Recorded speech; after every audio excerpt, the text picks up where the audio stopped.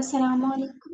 Dear student, today we are going to start a new lecture of genetics, and today we will discuss about Mendelian genetics and his first law, which is law of segregation, which explains the monohybrid cross. Here on the screen you can see the Gregor Mendel, and the birth year of Gregor Mendel was 1822, and the death year is 1884. And the Gregor Mendel is actually the father of genetics. He was the first scientist who give the idea of genetics and who explain how the genes and how the characters are passed from parents to offspring. Actually, Gregor Mendel was a monk. He was working in a church of Christians because he was also a Christian. So while he was working in the church, he observed many pea plant in the garden, and he observed why the pea plant are different from each other in different perspectives. For example, many pea plant have green color, many pea plant have white color. Also, the port shape is also different, and the color of seed is also different, while the plant is same.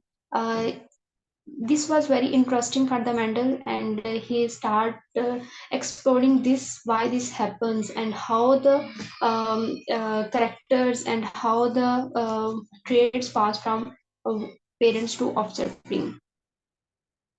Mendel's work was not recognized until the turn of 20th century. Um, Gregor Mendel, between 1854 and 1863, he cultivated almost 28,000 pea plant, and he found that pea plant offsprings retain the characters that the parent contain. Then here on the screen you can see the site where actually Gregor Mendel performed his experiment and performed his work. Then at that time when the Mendel was working on pea plant, no one knew about the genetics and no one knew about the chromosomes. So Mendel was also not familiar with the term chromosomes. So he used the term chromosome as a particles. So before that, the discovery and rediscovery of Mendel work, all the scientists and all the people call the chromosome name as a particles or as a factor name. But later, the name of particle and factor was changed into chromosomes. Here, Mendel did experiment on pea plant. Here we will discuss why the Mendel select pea plant, and how he performed the experiment, and how he proved actually characters passed from one parent to offsprings, and how he described the law of dominance, and how he described the law of segregation. Actually, why Mendel select pea plant? The first thing, before discussing the reason for selection of pea plant, actually the scientific name of pea plant is Pisum sativum. The first reason why the pea plant was selected, as the pea plant is easy to grow, and it has a short generation time, and it has short genetic material.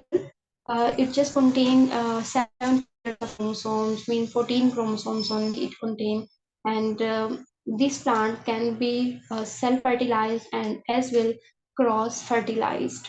The second thing is, what is self-fertilization and cross-fertilization? Dear student, self-fertilization means if we have a single species of plant, and we have a single species of plant, two plants of single species, and one plant is a male plant and the second plant is a female plant. So the gamete will be transferred between two plants of the same species. It will also a self-fertilization. And if the it also describe if the plant is single plant that contain both male and female gamete, means the plant is hermaphrodite. This fertilization will also be self-fertilization. And cross-fertilization will always occur between two different plants and between two different flowers. So the pea plant all actually have the capability to self-fertilize as well cross-fertilize. So Mendel select pea plant. Then how the Mendel did his experiment and how he started his experiment, he actually pollinate and fertilize the different bee plant by hand pollinating. He separated the male plant with the paintbrush and transfer it into another plant. So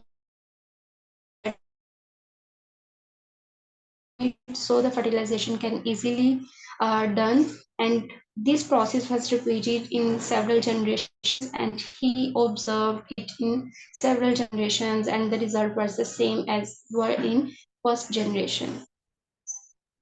Mendel produced pure strains, and he allowed the plant to self-fertilize and self-pollinate for several generations. Here are 7 characters on which the Mendel actually work, and all the characters are contrasting. And you can say if the seed is a character, flower color is a character, pod color is a character, stem length is a character, and all have different contrasting traits. It means if a seed shape is a round, its contrasting trait is wrinkle, and it's the color. If the seed color is yellow, the contrasting trait will be green. Then flower color, if the color one color is white, and then contrasting will be a violet, and so on. All the characters, all the 7 characters have contrasting traits. Then Mendel did actually 2 experiments and 2 crosses to explain how the characters and how the traits pass from one parent to from parents to offsprings. The first cross is monohybrid cross. Actually, the name indicate that monohybrid cross actually explain mono means single. Here in this class, he selected only a single character. For example, out of 7 characters, you can select any character. Here, I explained I select the seed shape. But if you select any character out of 7, the result will be the same as I will discuss here. So, as you know, each character is controlled by a pair of allele or gene pair that contain 2 alleles.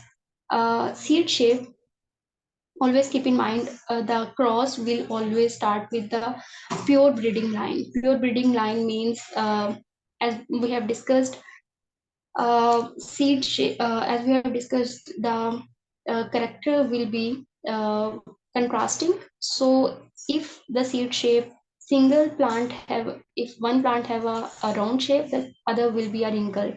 So true breeding means both will be homozygous, either dominant or recessive. Dear student, actually dominant mean the character that appear itself, and the recessive mean the character or a gene or allele that mask. And dominant actually mask the effect of other. So as we start with the true breeding line only, so we will form the gamete with the help of punnets here, and you can write here the capital R and small r. This capital R will be go first with it and then it. All these gametes will be the same as all contain genotypically capital R, small r.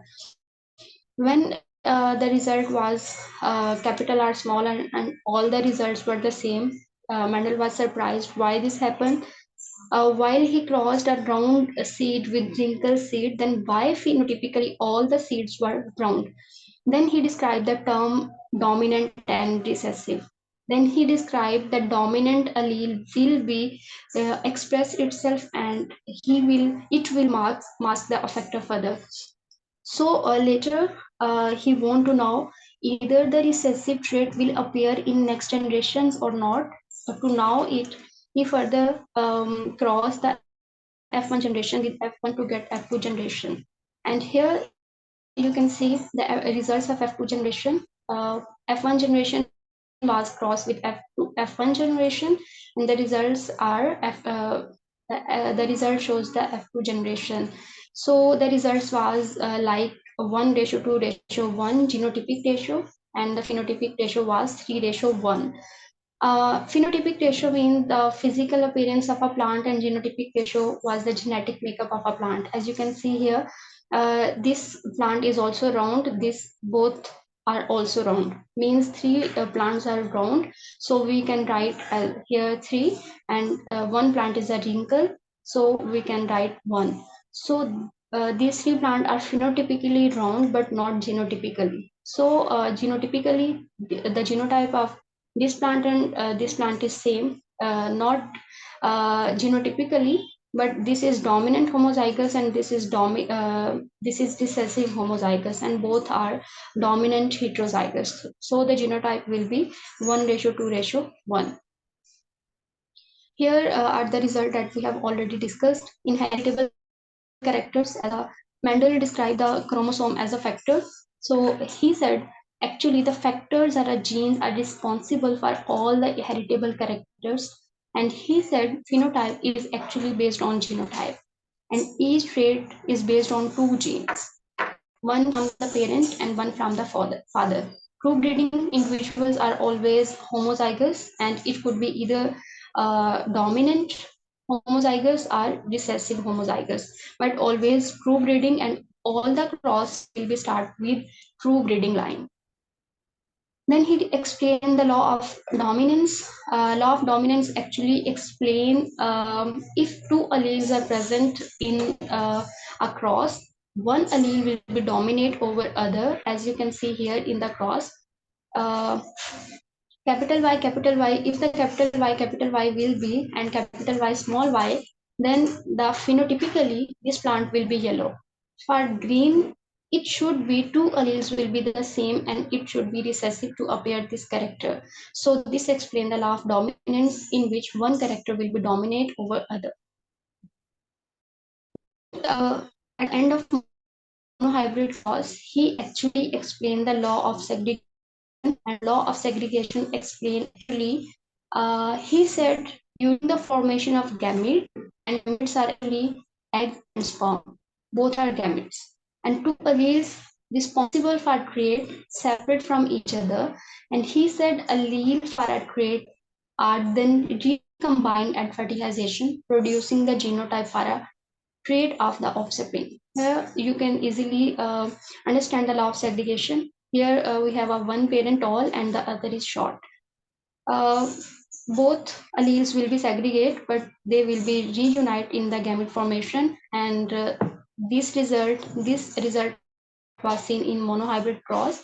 So the monohybrid cross actually explain the law of segregation. I hope this lecture is helpful for you. If you understand the lecture, please like the video, subscribe, stay connected. अपना ख्याल रखिएगा. अल्लाह हाफिज.